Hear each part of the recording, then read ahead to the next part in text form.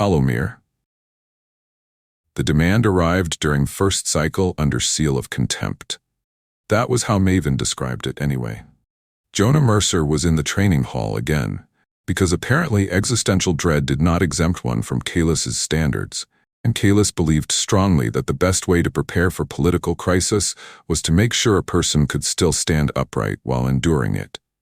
He had just completed a sequence of movement drills that left his lungs burning and his shirt clinging damply to his back when the chamber doors opened with unusual force. Not slammed. The Umbralith was too disciplined for slamming, but opened with enough speed that everyone in the room understood at once. Something had changed. Maven entered first, carrying a dark slate in one hand and the kind of stillness she only wore when information had stopped being theoretical. Nicera came behind her, already armored to full command readiness. That alone tightened the room. Kalis lowered her practice blade without comment. Jonah straightened, chest still heaving, and knew before anyone spoke that whatever had been building in doctrine, in whispers, in biology and rhetoric and political theater, had finally found its demand. Maven placed the slate on the central table and activated it. A transmission seal unfolded above the surface in thin red lines, broken circle, thorned ring, vertical slit of bloodlight, the Ashen Creed. Jonah looked at it and felt a hard, immediate calm descend, not peace, just the mind's recognition that fear had finally acquired shape. "What is it?" he asked. Maven's copper eyes met his. "A direct ultimatum," she said. "Authenticated through 3 separate extremist channels and echoed through 2 compromised civic relays near Hallowmere Station."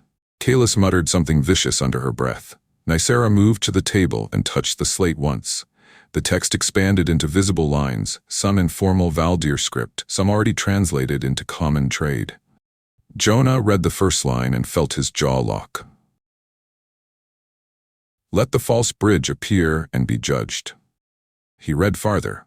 The Creed named the Hallowmere dedication ceremony an act of civilizational desecration. They named the Joint Medical Exchange Facility a laboratory of dilution. They named the alliance itself a covenant of weakness between prey and corrupted blood. Then came the center of it. Jonah Mercer, called Veiled Star by the weakened court, is commanded to present himself in person at Hallowmere Station at the hour of dedication. If he does not appear, the Ashen Creed will answer his concealment with distributed strikes on civilian soft target sites across the Concord sector. A list followed. Transit hubs, supply depots, refugee corridors, 2 medical shuttles, a school vessel.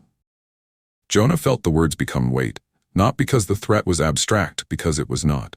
This was how ideologies proved themselves serious, by selecting the innocent, then calling the selection inevitability. Maven folded her hands behind her back. "They have embedded enough operational detail into the threat tree that we believe the strike capability is real."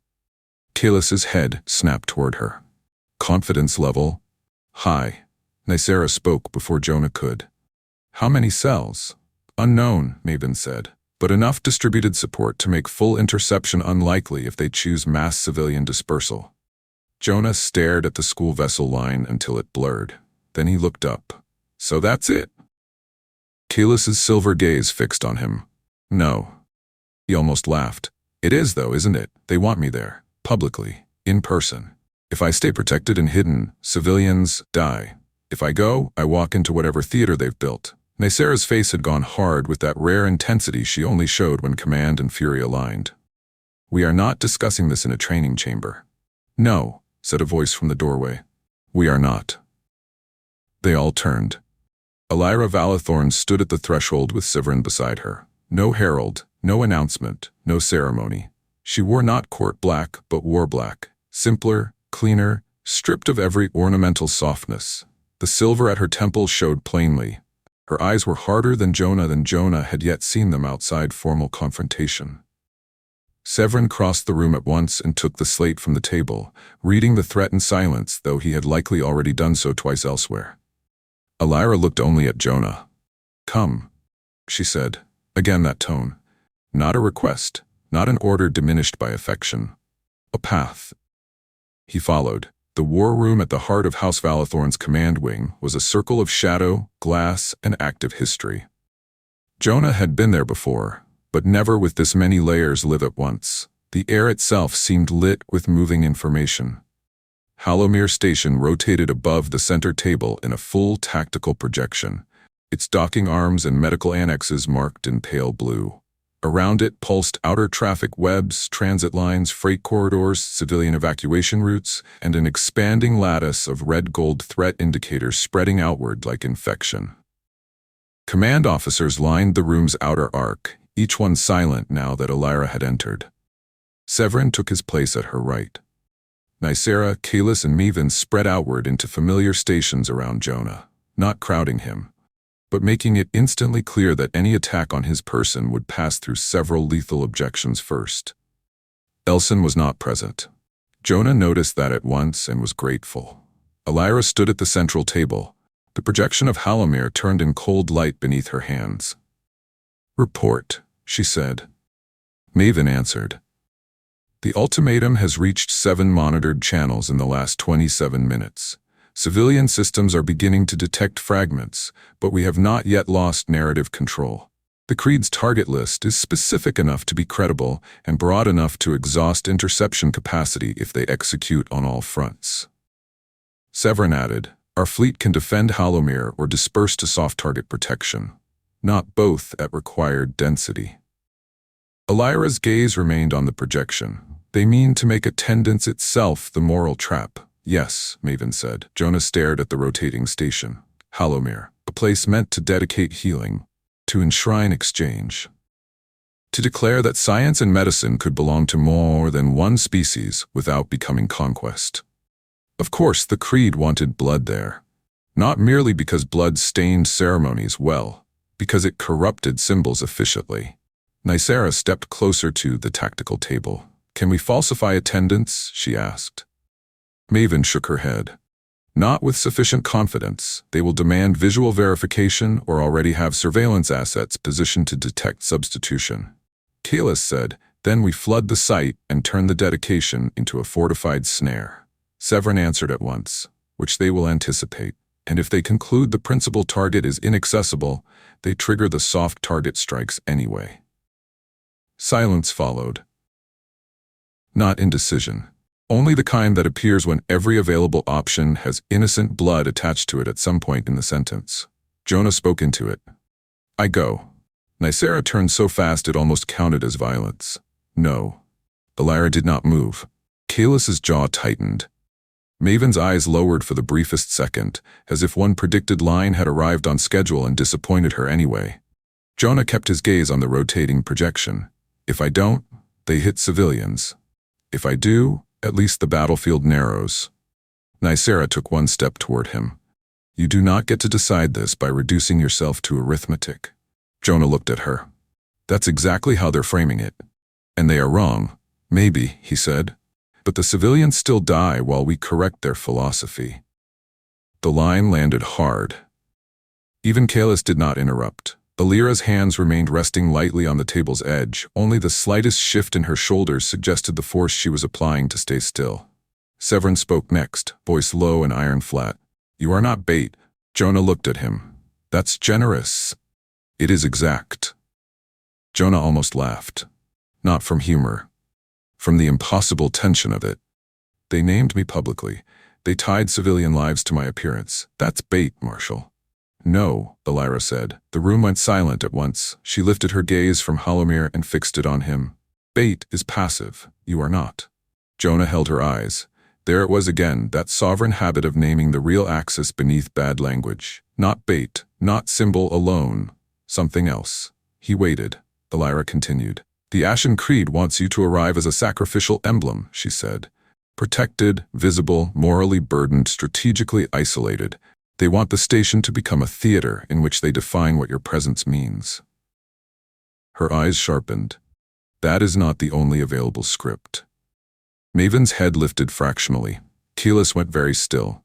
Nicera looked from Elira to Jonah and back again, already hearing the edge of a plan. Jonah said, "You have something." "Yes." "Do I get to hate it in advance?" "Yes." That almost steadied him. Alira touched the projection.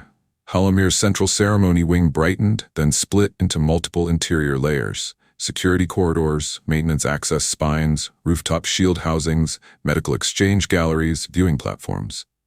They expect you to come as honored guest, she said. We will not give them that. Severin took over the next part, his voice acquiring the clean precision of military design. You will be on site, he said, publicly eventually, but not as ceremonial centerpiece. You will arrive as integrated security personnel under modified combat cover. Your visibility will be delayed, controlled, and contingent. Jonah frowned. You want me on the security team? Kaelus's smile was all edges. Now you begin to sound educable. Nicera did not smile. This would require full operational compliance, she said. No improvisation, no heroics, no separating from assigned formation under any circumstances short of direct command override. Jonah looked at her. You say that like you've met me. I have. Repeatedly, against my better judgment. Alira shifted the projection again. A human Valdir joint security net blossomed around the ceremony hall in layered rings. They expect visible division, she said. Valdir protecting Valdir interests, while humanity stands as political audience. Instead, they will find integrated force architecture. Human and Valdir, security and medical, military and civilian response teams, trained across each other's systems. Mevin stepped to the table's opposite side and expanded several routes in pale gold. If they initiate from inside the ceremony core, she said, we collapse inward and seal the hall. If they choose perimeter breach, outer intercept units push them into the dedicated kill corridors. If they split, soft target resources, we will have already repositioned civilian traffic under false maintenance patterns during pre-ceremony lock. Jonah looked between them. So you're turning the dedication into a trap, Severin answered without blinking. A disciplined one. Where do I fit besides being the reason any of this is happening? Now it was Kaelus who touched the projection, marking a raised internal balcony overlooking the main medical hall. Here, she said. Secondary overwatch with us.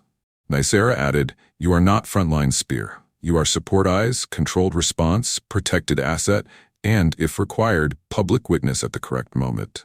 Correct for whom? Alira answered. For truth. The word entered the war room and stayed. Not spectacle, not vengeance. Truth. The Creed wanted a massacre, proving alliance was weakness. House Valethorne intended to give them exposure, proving unity was structure. Jonah stared at the projection and felt his pulse steady into something harder. Not because fear had left, because purpose had found a better shape than panic. Still, there remained the worst part. He looked at the target list again. The school vessel. The medical shuttles. If I say no, he asked quietly, do we have another plan? No one answered at first. That was answer enough. Then Alira said, we have contingencies. Jonah met her gaze, but not one you trust more. A pause. No. The word cost her.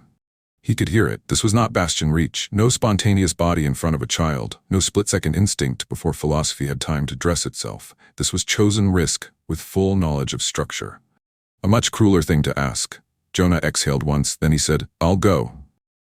Nicera closed her eyes. Kaelus looked furious, though not at him. Severin's jaw tightened. Maven made no sound at all. Alira did not speak immediately. When she did, her voice had gone quieter, which meant more dangerous. Do not say it because you think I require your martyrdom. Jonah looked at her. I'm not. Do not say it because your guilt can be manipulated more easily than your courage. I'm not. Do not say it, she continued, because you mistake standing in danger for moral clarity. He held her gaze.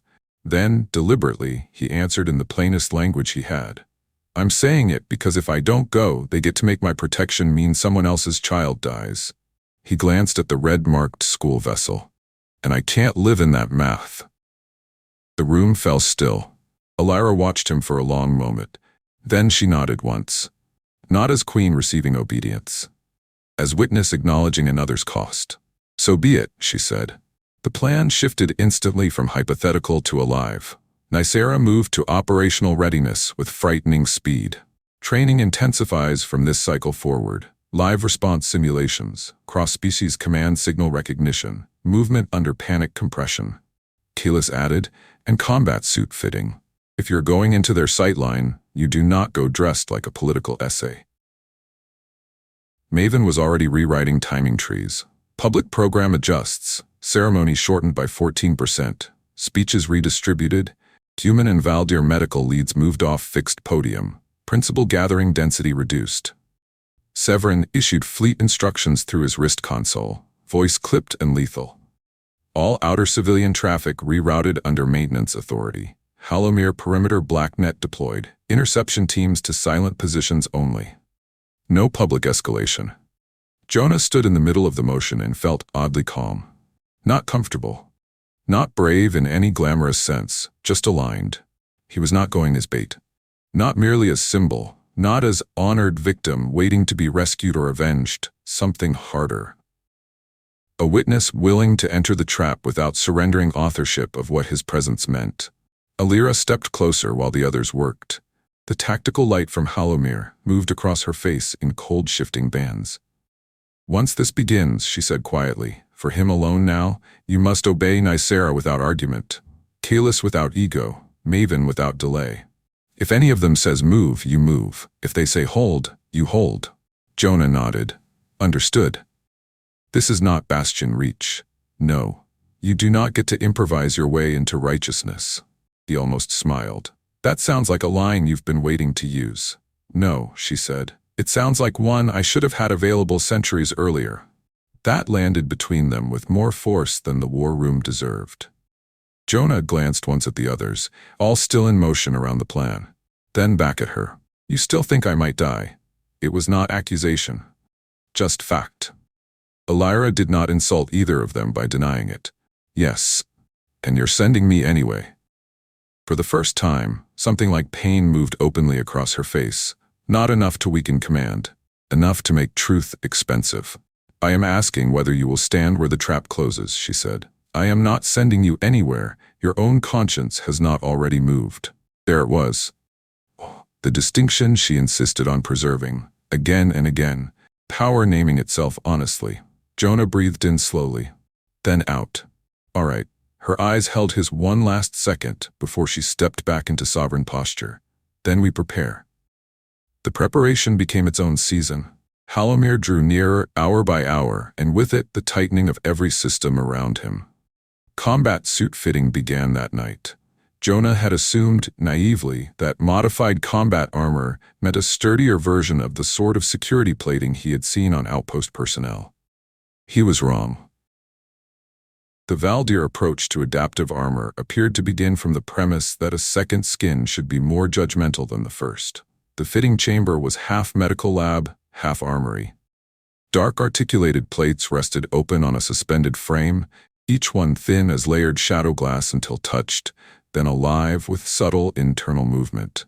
Human and Valdir engineers worked side by side under Cirrus's supervision and Kalis's suspicious eye, recalibrating for Jonah's physiology, his altered healing channels, and whatever unpredictable peculiarities now lived in his body, because the universe had decided his cells needed plot relevance. The suit itself closed over him in sections. Torso first, light enough to move in but dense enough that Cirrus informed him it could disperse a glancing plasma strike across a broader field. Then shoulder plating, forearm wraps, leg braces aligned to his gait, a collar seal that sat just beneath the jaw without touching his throat. When the final layers locked, the result did not make him look larger. It made him look deliberate. Human still, unmistakably. But no longer merely civilian. Kalis circled him once, head tilted. You look almost competent. That's the nicest thing you've ever said to me. It wasn't nice, it was warning adjacent. Cirrus adjusted a wrist interface where the ward band remained visible through a reinforced open channel. The suit will answer house command signals, Nicera's tactical override, and your own motion profile, she said. Do not attempt unauthorized recalibration. Jonah looked at her. How would I even do that? You are a mechanic. That sounds like profiling. It is, Cirrus said. On the far side of the chamber, Maven watched the final suit diagnostics scroll past. The optics matter, she said. Jonah frowned. Meaning? She approached, studying him not as a person now, but as message architecture. They expect one of two things, she said. Either a court-pampered symbol draped in ceremonial protection, or a reckless human trying to imitate Valdir ferocity badly. This gives them neither. Jonah looked down at the dark layered plating, the clean lines, the visible human shape preserved inside the armor rather than erased by it. So what am I then? Maven's copper gaze held his. An answer. That was the kind of sentence that only sounded dramatic because the world had become dramatic enough to deserve it. Jonah decided not to complain. The night before departure, Elsen came to find him. Of course she did. No one announced her. No one would have dared if they had seen the expression on her face. She entered his quarters in a dark sleeping robe over formal underlayers, hair half unbound, dignity compromised by urgency and only slightly restored by posture. Nisera, standing watch just outside the open door, allowed it. Which meant the commander had decided this meeting belonged to them more than to protocol. Elsen stopped in front of Jonah, who was seated at his work table pretending to adjust the suit glove seals for the third time. "You are going," she said. Not a question. Jonah looked up at her. "Yeah." The princess stepped closer. There was none of her usual brightness tonight. No stories, no books, no earnest questions about earth weather or engineering joints. Only the child beneath the air, the one who remembered markets and blood and being carried through smoke. "I know why," she said. Jonah set the gloves down. "Okay. But I do not like it." He exhaled softly. "That makes two of us." Elsen's eyes flashed. "No, it makes everyone but you and grandmother. Everyone else does not have to pretend disliking it is the same as not understanding." The line startled and almost laughed out of him. "Your court tutors are either very good or deeply reckless. They are often both." She looked down at her hands then. When she lifted them again, she was holding something small and dark. A second band. Not the ward band he already wore. Different, narrower, braided from black thread and fine silver wire with a single dark stone set at the inner wrist point. Jonah looked at it and then at her. "Elsen, it is not ceremonial," she said quickly. "It is mine. I made it properly this time. Not from archive relics, and not for bravery pretending. For return." The room seemed to go quiet around that word. Return. Jonah swallowed once. She stepped closer still and held out the band with both hands as if offering something much larger than it was. "My grandmother has relics because some people did not come back," she said. Her voice had gone small now, but did not break. "I do not want you to become one." The line entered him cleanly. Not because it was poetic, because it was exact. Jonah reached out and took the braided band carefully from her hands. The stone at its center was smooth and dark as obsidian, but warm from her skin. "I'll come back," he said. Elsen's eyes met his at once. It was the same look she had given him before Bastion Reach receded into unconsciousness. The same one she gave in the garden when courage was being renamed properly. Children could hear false vows better than empires ever did. So Jonah corrected himself. "I'll do everything I can to come back." Elsen considered that, then nodded once. "Good, that is the honest version." He smiled despite the weight in his chest. "Yeah." She tied the band beside the ward band on his wrist. Not tight. Just enough that he could feel it there. Return beside covenant, child beside law, promise beside politics. When she finished, she stepped back and looked at him in the half-armed room, the suit components ready on their frame, the veiled star on its stand, the stars moving coldly across the crystal wall. "You are not going as bait," she said. Jonah looked at her, startled. "Who told you that?" Elsen lifted her chin. "I listen better than adults prefer." That sounded very true. He said no, not bait. Not only symbol, no. She studied him with that eerie child royal seriousness. "Then what?" Jonah thought of the war room, of Elira saying bait is passive, of Maven calling him an answer, of the Ashen Creed trying to author what his body, his blood, his presence meant, of Ava saying the main thing was that he was here. He looked back at Elsen and said the only thing that felt real enough. "I'm going as someone who refuses to let them decide what standing means." The princess's face changed. Not relief. Not exactly. Recognition. "Yes," she said, "that is harder." Apparently that's becoming a theme. She almost smiled. Then, with all the solemnity of a child trying to act older and all the tenderness of a child too real to fully succeed, she hugged him. He held her carefully. Long enough to mean it. Not so long it became theater. When she stepped away, Mercer cleared her throat quietly from the doorway. Time. Elsa nodded without protest this time. At the threshold, she turned back once. Yeah? Come back before you become a lesson. Then she left. And Jonah sat alone for a long time with those words. Because in the House of Valethorne, perhaps more than anywhere else in the stars, lessons had sharp edges. And he understood now fully what she feared. Not only his death, his transformation into something fixed and sacred and useful in the wrong way. A relic. A story. A wound others would interpret after he was gone. He looked down at the braided return band on his wrist beside the ward band of Covenant. Then at the combat suit waiting in pieces. Then at the reflection of the stars beyond the crystal wall. He stood. Tomorrow the trap would close at Hallowmere. Tomorrow the Ashen Creed would expect symbol, spectacle, and fear. Tomorrow Jonah Mercer would go not as honored guest, not as helpless bait, and not as the sacrificial emblem their doctrine demanded. Something harder. A man still human enough to choose.